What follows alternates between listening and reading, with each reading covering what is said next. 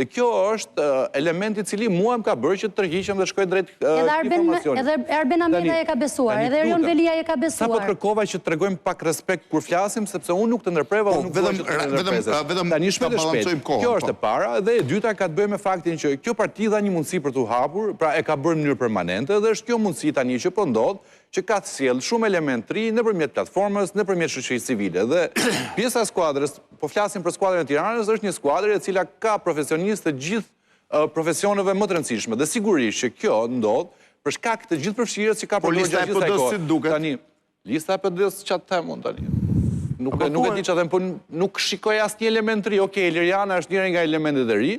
Dhe e dyta, unë e kam ndjekur gjatë gjithë kohës diskursin politik të Partisë Demokratike dhe nuk ka sjell asnjë ide të re, asnjë element të ri. Dhe ajo që më vjen keq më shumë, dhe këtë duhet ta qartësoj fillimisht, unë në vend të ulëriturës dhe të bërtitës apo të diskursit apo të retorikës politike për t'i pëlqyer kryetarit tim apo për të qenë një djalë me dinitet apo një qytetar me dinitet, zgjedh të jem me dinitet. Në mes të zgjedhjes që duhet të bëj, pra duhet që unë të ndërtoj një retorik boshe e cila duhet t'i pëlqej pra në sensin për të tërhequr njerëzit dhe për të fituar zemrat e njerëzve për të jetë boshe dhe vetëm me qëllimin për t'i tërhequr drejt meje apo për të qenë një djalë me ideale dhe me parime zgjedh për të qenë me ideale dhe me parime. Dhe asnjëherë në asnjë moment politik nuk do të kem në këtë. Tani tek Partia Demokratike, pjesa retorikës, pjesa diskursit politik, e cila kthehet gjatë gjithë kohës njëjta gjëra dhe nuk ka sjell asnjë ide të re për asnjë nga elementet të cilat janë të nevojshme për të realizuar në aspektin politik, unë nuk kam parë në asnjë moment për t'ju e ti nuk the asnjë gjë. Për sa i përket dhe fundi parë e real ka të bëjë me faktin që përmendje propagandë dhe vetë krye propagandë. Unë nga fusha jo, ma vjen shumë keq për ty që duhet të mbrosh 12 vjet ke qeverisje të Ramës, edhe thua tani do hyjmë në Bashkimin Evropian. Pyetja që unë ngre për ty është pse nuk u hapën negociatat ose pse nuk kemi në Bashkimin Evropian këto 12 vjet. Se po hapen kapitujt po durama se ka një vërtet do hyjmë në Bashkimin Evropian. Jo të lutem. Mund të vish të thush shqiptarëve që do vinë një fabul respekti tregohet, nuk tregohet me keqardhje ti thua që vjen keq, është gënjeshtër të thua që hapen kapitull të bashkimit. Mund të thej përgjigje për listën e Partisë Demokratike, të lutem. Lista e Partisë Demokratike për mua nuk më ka sjell asnjë element të ri tani. E Partisë Demokratike, atëherë, ju siguroj që qasja e Partisë Demokratike është një qasje e qartë për ta në pushtet dhe për ta ndryshuar një herë mirë realitet. Të lutem. Të lutem, ja do më lejosh po tani më the do të respektoj, lutem respekto, të mbaroj fjalinë. Për sa i përket listës së Tiranës, së listës së Durrësit dhe listës së gjithë Shqipërisë, ke listën më dinjitoze, ke listën të zgjedhur nga demokratët nëpërmjet procesit të primarëve dhe jo nëpërmjet bandave kriminale siç i ka zgjedhur. Nuk është rasti juaj. Pse më mirëgjitën bandat e kanë zgjedhur? Jo, nuk e kam për mirëgjitje. Unë kandidoj në Durrës. Atëherë Blendi, të lutem. Unë kandidoj në Durrës. Unë kandidoj në Durrës dhe duhet të themi po dhe në listë të hapur do ta marr mandatin në listë të hapur. Por dua t'ju them që në Durrës ke gjysmën e listës i ke në Burg dhe nga ana tjetër, pjesa tjetër që janë në listën e Durrësit i ke të sponsorizuar nga bandat kriminale. Nëse doni edhe mund t'ja u them publikisht, s'kam fare frikë. Unë kam hyrë në politikë për të qenë dhëm për dhëm me bandat kriminale. Jam nesër me një kallëzim në SPAK ndaj kryetarës së bashkisë Emiriana Sako, sepse kam futur në politikë për të bërë detyrën time qytetare, për t'i mbrojtur qytetarët siç e kanë mbrojtur studentët. Pra, ne nuk bëjmë retorika, ne bëjmë fakte. Në qoftë se para 3 javë bëra një deklaratë, sot jemi me kallëzim penal. Dhe unë jam fakti që çdo zyrtar i Partisë Demokratike që ka vjedhur paratë e taksapaguzëve në Durrës, do të shkojë në SPAK dhe do të përgjigjet para SPAK. Si e thej cili subjekt? I the Partisë Demokratike duhet të thoshë socialiste. Kjo është që ka bërë, jo, s'po më kuptoni, duhet ma dëgjosh fjalën deri në fund. Pra Partia Demokratike, duhet kuptosh diçka.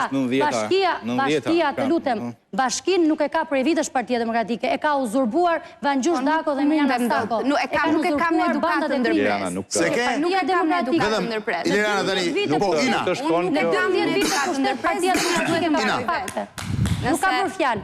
Kështu që duhet flasim me fakte. Në politikë vitet me akte dhe me fakte. Patjetër. Po, atëherë hajde të flasim me akte dhe me fakte. Nuk e kam. Çfarë ka bërë Partia Demokratike? Lëre, se mos shpene vetëm me Durrësin, të lutem. Atëherë, meqense përmende faktin e bandave dhe se si është zgjedhur, për shembull dhe unë kam aplikuar te deputeti që duam. Dhe si ty dhe si shumë teleshikues, kam qenë skeptike. Kam thënë asnjë shans që mua të më zgjedhin. Një, sepse nuk kam qenë në strukturën e Partisë Socialiste, dhe dyta për shkak të identitetit tim etnik, kam thënë që Partia Socialiste nuk do të marri guximin që të atashohet me një pakicë kombëtare si që janë Romët dhe Egjiptianët dhe stigmën që ka. Por, jam këtu sot dhe po flasë në emër të Partisë Socialiste bashkë me Mirgitin jo për të bërë retorikë si që dhe i tha, por për të thënë të vërteta tona. Dhe diçka... Cila është e vërteta e komunitetit në këto 12 vite? Se tani nuk është çështja se ju filluat nga zero. Keni 12 vjet në pushtet. Fatkeqësia juaj, fatkesisht, është që ju po mbroni 12 vjet një pushtet korruptuar. Ju e dini që jemi vendi më i korruptuar i Evropës? Ju e dini që edhe kauza juaj, edhe komuniteti juaj, është komuniteti më pak i integruar dhe në bazë të raporteve. Nuk është e vërtet. Jo, është shumë e vërtet. Është shumë e vërtet. Ka një dallim shumë të madh. A e dini, edhe tani vini dhe thoni për shembull do integrojmë dhe Shqipërinë në Bashkimin Evropian. Atëherë çfarë bëjmë këto 12 vjet, më vjen keq. E dini ju që ka 8 vjet që hapet çdo 10 orë shampanja nga kryeministri për hapjen e negociatave. Ka proces E dini Ina, le ta mbaroj. Të fam për të them çfarë është bërë këto 12 vite për komunitetin rom. Po mos na shkove në komunitetin rom. Po jo, ose jo për komunitetin rom, ja dhe diçka që lidhet. Duhet ndiqen në hapa, duhet ndiqen në hapa. Ina, vlerësim maksimal për ju. Për shembull, ligji që kaloi në 2017 për komunitetin, për gjithë pakicat kombëtare, por sidomos për komunitetin rom dhe egjiptian që e vendosi jo si një komunitet lingvistik, por si një pakicë kombëtare, na ka dhënë ne shumë të drejta. Po këtu janë 8 pakica, nuk është një arritje e madhe kjo. Çështja është integrimi real, më vjen keq tani. Mua më vjen keq që do të mbrosh 12 vjet një qeverisje që është më e korruptuar. Nuk është rast konkret, pra Ina është një shembull suksesi. Bendi, shiko pak.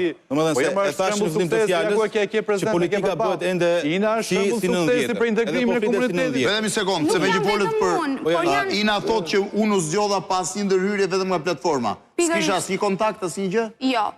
Realisht jo. Tani të lutem shumë se edhe në kohën e regjimit Enver Hoxhës e merrte Themio Thomanin nga nuk e di pse referohen gjatë gjithë kohës regjimit Enver Hoxhës. Vjen keq tani. Po ka vite që ka ikur regjimi Enver Hoxhës. Ju do të vini ti në llogari. Mirgiti është i keq përdorur me gjithë dinën. Po patjetër, çfarë është fasad komplet. Po për çfarë fasad? Po unë uroj suksese. Jo më uroj suksese.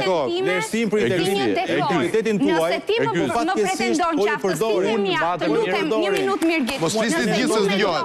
Nëse ju mendoni se aftësitë e mia janë thjesht për dekor dhe nuk do merrem mua po më ofendoni tani. Jo, as pak. Realisht. Unë thash respekt maksimal, por që të flasim për komunitetin, ka 12 vjet që t'japim llogari. Po kemi një kemi atëherë ne po kërkojmë llogari pasi kemi të drejtë të japim të llogari. Ti shumë mirë që do të përfaqësosh, po më vjen keq po je në vendin e gabuar dhe në qeverisjen e gabuar. Unë mendoj që janë në vendin në momentin e vendin Jemi politikën e 90-s. Çfarë ndodh? Qofse problemi i parë i shqiptarëve sot, sipas sondazheve, është kosto i jetesës dhe korrupsioni. Askush këtu nuk flet për koston e jetesës dhe korrupsionin. Vazhdon e njëjta gjë. Jo integrimi, jo pasaporta në BE, jo na duhen 4 vite për Jo them se ta nuk e kuptova për vrava shumë pasaporta. Doja të bëj një replikë. Askush këtu Ja ta mbaroj edhe ta jap fjalën direkt lumtur. Dhe po shikosh qasin e gjithëve, ishte e përmenda edhe pak parë, është që seci është tikin ata dhim ne. Kështu thon. Askush nuk ka një qasje tjetër, qasja juaj pra, tikin ata që janë të vjetër, s'do vim ne ta bëjmë më mirë. Nuk e di ku efekt të qasje, nuk e di ku e lexove. Që janë të vjetër, ku e lexove këtë qasje? pastroj listën PS-ja, po vim e para një herë, unë nuk e shikoj cigare individuale timen, e shikoj unë jam pjesëtar një skuadre. Po e pra se po më referosh gabim, po tani më referosh gabim. Në asnjë moment nuk përmenda që unë dua të bëj. Atë shqetëson fakti, unë jam pjesë e skuadre. Nuk garoj në mënyrë individuale, që do të japësh llogari. Shiko, edhe një herë. Dhe do të dim llogari, mos ta thuash thjesht për respekt ndoshta për integritetin tënd. Por më vjen keq, është çështje llogarie. Është çështje reciproke dhe pjesa e respektit. Nuk ka më premtime për ka dy element, përmendet dy element. Një sekond. Dhe po e përfundoja unë tani, ta përfundoj unë dhe mund ta marrësh, dakor? Patjetër. Pra, mbas 12 vitesh i dashur, gjithë kuptosh një gjë, që edhe pse në letra Rama thot, është dyfishuar buxheti, dyfishuar ekonomia, pagat reale të shqiptarëve janë rritur 50%. Pa thot FMN-ja ata nuk e thot. Po FMN-ja ata thot, për këtë po ta them edhe unë. Dhe kosta e përgjithshme e shqiptarëve ose më saktë standardi i jetesës nuk është rritur. Kemi minimumi sipas Eurostatit 700.000 shqiptarë që kanë marrë letrat e qëndrimit në Bashkimin Evropian. E kuptoni sa rënd jemi tani?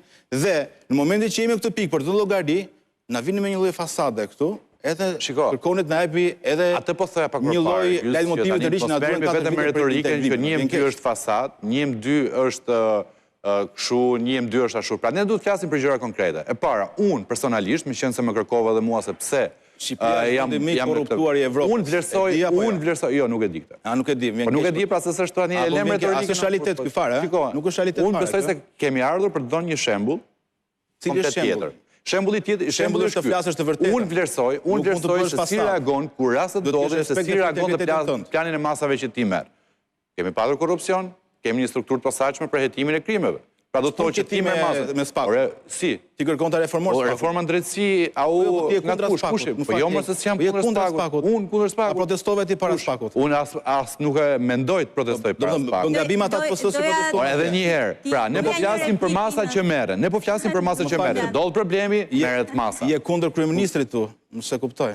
Po kur ki parti kryeministri kundër spakut, më burtani se po mundoj të iniciale me po s'ka lidhje para me Gerianta.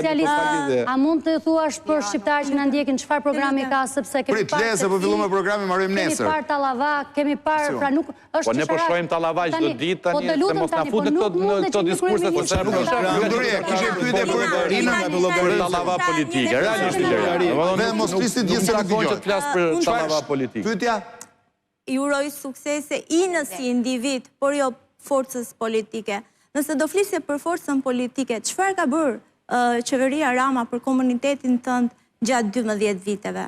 Në rast të parë kemi planin e veprimit të fundit, që mbaron tani në 2025, që për herë të parë kemi dhe një buxhet të atashuar një planit të veprimit, pra nuk kemi siç ka qenë më përpara në kohën e Partisë Demokratike ku kishim një strategji të bukur në letra të shkruajtura, por se kush do ta implementonte dhe si do ta implementonte nuk ishte në ajër. Kemi një strategji që tashmë ka zërat saktuara në çdo ministri që lidhen me pjesën e komunitetit. Kemi një rritje të studentëve të cilët shkojnë në shkollë të lartë, i kemi për arsye sepse kemi heqjen e tarifave. Po kjo nuk është